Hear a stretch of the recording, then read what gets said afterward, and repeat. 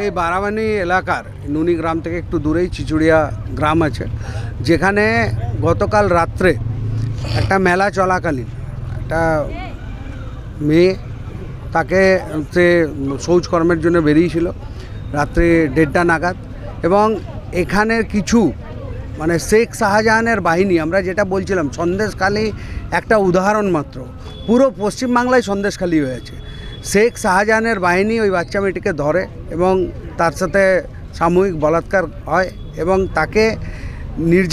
নির্যাতন করে প্রচণ্ডভাবে, এবং তার মধ্যে থেকে এই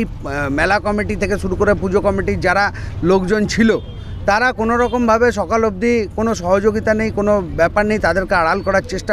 ঢাকা দেওয়ার চেষ্টা, এবং কেসটা যাতে কোনো রকমভাবে না দাঁড়ায় সেরকম সব রকম প্রয়াস করেছে। এখানে সকাল থেকে আমাদের কার্যকর্তারা, নেতৃত্বরা, এখানে ভাই অভিজিৎ, অরিজিৎ, বাপ্পি থেকে শুরু করে আমাদের উজ্জ্বল, আমাদের প্রত্যেকটি বাবন, প্রত্যেকটি কার্যকর্তারা সকাল থেকে এখানে পড়ে থেকে এবং থানা থেকে শুরু করে সর্বস্তরে প্রেসার ক্রিয়েট করে,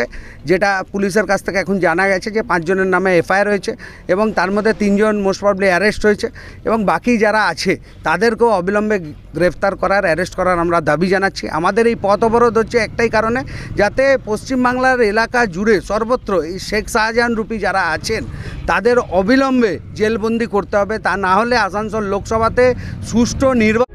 प्रभातखबर.com, विश्वास वही, रफ्तार नहीं।